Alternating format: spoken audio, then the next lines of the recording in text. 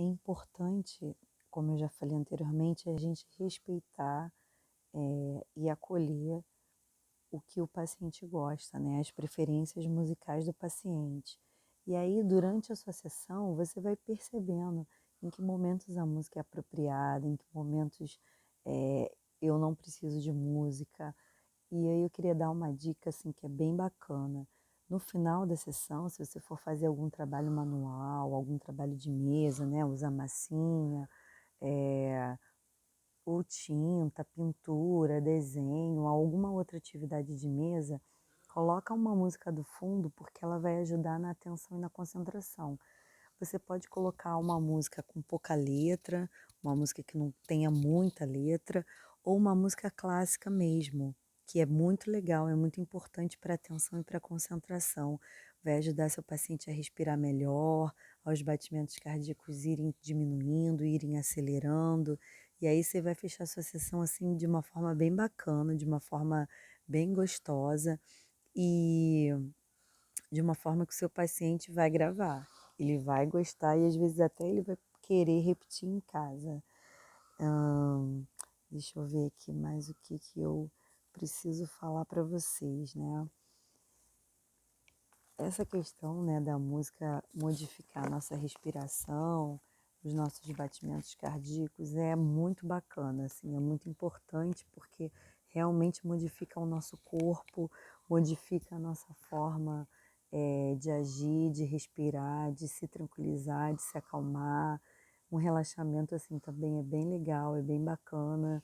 Você pode fazer um relaxamento assim, é, por exemplo, se você for fazer com um adolescente, você pode colocar músicas, né, atuais, músicas da adolescência dele, mas você pode também colocar músicas de décadas diferentes, de décadas anteriores, por exemplo, da década que os pais eram jovens, porque essas músicas são muito importantes para os pais.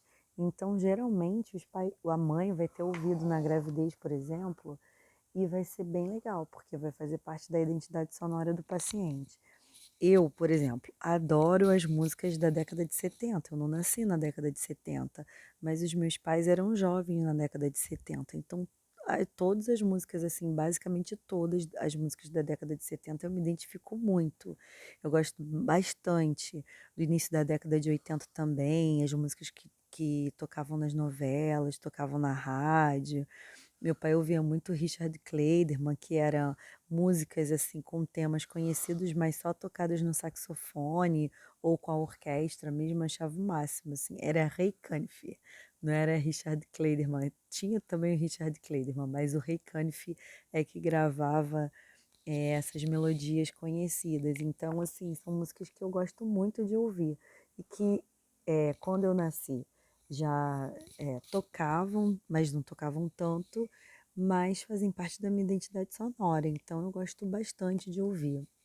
E até algumas músicas que meu avô cantava muito samba, né? Samba, não era samba enredo, mas eram músicas de carnaval, marchinha de carnaval da década de 40, de 50, até de 1930, eu adoro, eu me amarro. Porque eu lembro do meu avô cantando, assim, quando eu era criança, eu lembro dele cantando, é, da laranja, esqueci agora qual é a música da laranja, eu vou lembrar daqui a pouco. Mas enfim, tinham outras músicas, Maracangalha, ele cantava muito, é, aquela Lata d'Água na Cabeça, ele cantava bastante, enfim, várias músicas que aí eu lembro dele cantando e eu gosto bastante quando eu canto para os meus pacientes idosos, assim, eu me amarro, assim, eu acho super interessante. Então, isso é só para dar um exemplo para vocês de que a gente precisa conhecer o repertório musical daquela família, né? Cada família tem um estilo, tem um gosto, tem uma preferência e tem os seus hábitos. Então a gente precisa entender sonoramente para que a nossa sessão fique mais bacana, fique mais animada e seja mais bem aproveitada. Como é que a música pode ser usada para excitar, acalmar iniciar e diluir a violência durante a sessão. A gente trabalha muito com a questão da violência, que é importante, né? Todos nós temos essa questão da violência, é, é, que é da defesa, do ataque, ou para diluir a raiva mesmo. Como é que a gente pode usar o recurso da música nisso? Então, a música com bastante ritmo, músicas com percussão, músicas ativas, dançantes, vigorosas, geralmente elas causam em nós uma excitação, não é uma alegria, mas assim, é um up, né? Dá uma levantada na gente, são vigorosas, são animadas. Essas músicas, elas ajudam a gente a dar uma sacudida, né? Se precisa, a dar uma levantada. Então, são músicas que você vai saber, você vai escolher, tá? Cada um de nós tem esse recurso, tem essa capacidade de escolher. E as músicas mais tranquilas, com andamento mais largo, né? Que as músicas que são com as notas mais longas, andamento mais largo é um andamento maior, né? Com as músicas mais longas.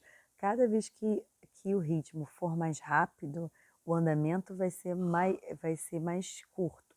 E aí, quando a música for maior, né? Quando o tempo, quando o ritmo for maior, ela vai ter um andamento largo.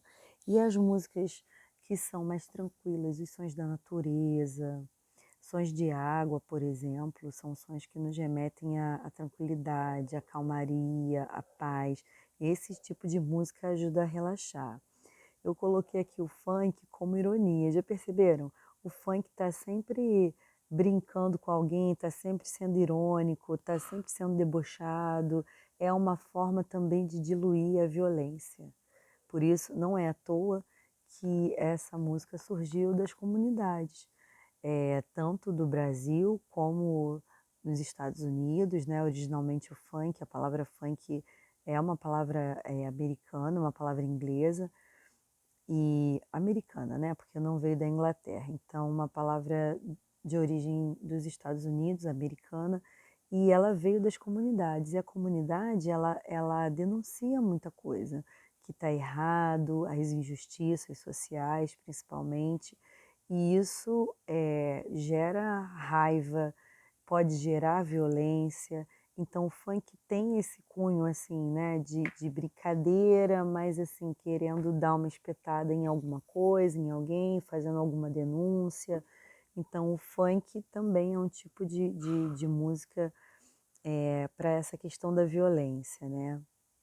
Ajuda a diluir a violência. A gente precisa falar dessas coisas também que nos desagradam para a gente conseguir diluir, para a gente conseguir ressignificar ou trazer um significado que seja, né, para essa questão da violência, que é uma questão importante e a gente não pode deixar passar de lado. E aí depois, o que eu acho assim, bem bacana é que quando você toca música muito vigorosa, né, geralmente com instrumentos de percussão como tambor, atabaques, instrumentos grandes assim de potência que nos remetem, esses instrumentos assim nos remetem à nossa fase mais ancestral, à nossa fase mais primitiva, né, a nossa fase de homem mais primitivo mesmo. Esses instrumentos são importantes para trazer força, vigor, para colocar nossa raiva para fora, os nossos sentimentos ruins e até a nossa excitação também, quando é feito de forma muito vigorosa. Depois que a gente levanta muito, a respiração fica lá no alto, o batimento cardíaco, aí a gente vai diminuindo, a gente vai abaixando. É importante a gente ter essa questão do bom senso, né? Quando a gente estimula demais, a gente precisa dar uma baixada, a gente precisa depois ir diminuindo o ritmo, né? Não de sair de lá de cima para baixo, mas assim, tô lá em cima, vou colocando uma música mais média, com ritmo mais para diminuir o ritmo, né? Menos acelerado, até chegar num ritmo mais lento. É importante a gente equilibrar isso, é importante a gente fazer essa leitura, né? E não deixar a pessoa lá excitada e aí tem algumas pessoas que conseguem por si só irem relaxando, né? Trazendo a respiração de volta, se acalmando, mas existem outras que não. Mas de qualquer forma, eu acho importante, eu considero importante a gente ajudar, né? Trazer mais para baixo, assim, esse vigor todo. Músicas que nos movimentam nos ajudam a diminuir a raiva, o estresse, a violência. Depois a gente se sente bem, porque a gente colocou aquele conteúdo para fora, né? Através do nosso próprio corpo. A gente fica mais relaxado, os sentimentos ficam mais tranquilos. E aí depois a gente regula a nossa respiração. Tem momentos, né, em algumas sessões, não sei se isso vai acontecer numa sessão psicomotora, que às vezes acontece até uma catarse, acontece assim da pessoa ficar muito agitada, muito acelerada e vai, e aí a gente dá um contorno, a gente fala, ó, agora a gente vai tranquilizar, agora a gente vai relaxar, o paciente, ele pode ser protagonista da sua música, mas quem conduz a sessão é o terapeuta, é o psicomotricista no caso. Então, cabe a nós, enquanto profissionais, dar um contorno, dar uma segurada, dar um limite para aquela pessoa. É importante a gente estar atento a isso, porque muitas pessoas não vão ter esse limite. E aí a gente tem que ajudar a trazê-las de volta. Eu acho que é basicamente isso que eu tinha para falar. Espero que vocês possam aproveitar esses recursos. Acredito que sim, que vai ser bem proveitoso. E até uma ótima oportunidade, até uma outra oportunidade. Obrigada e até mais.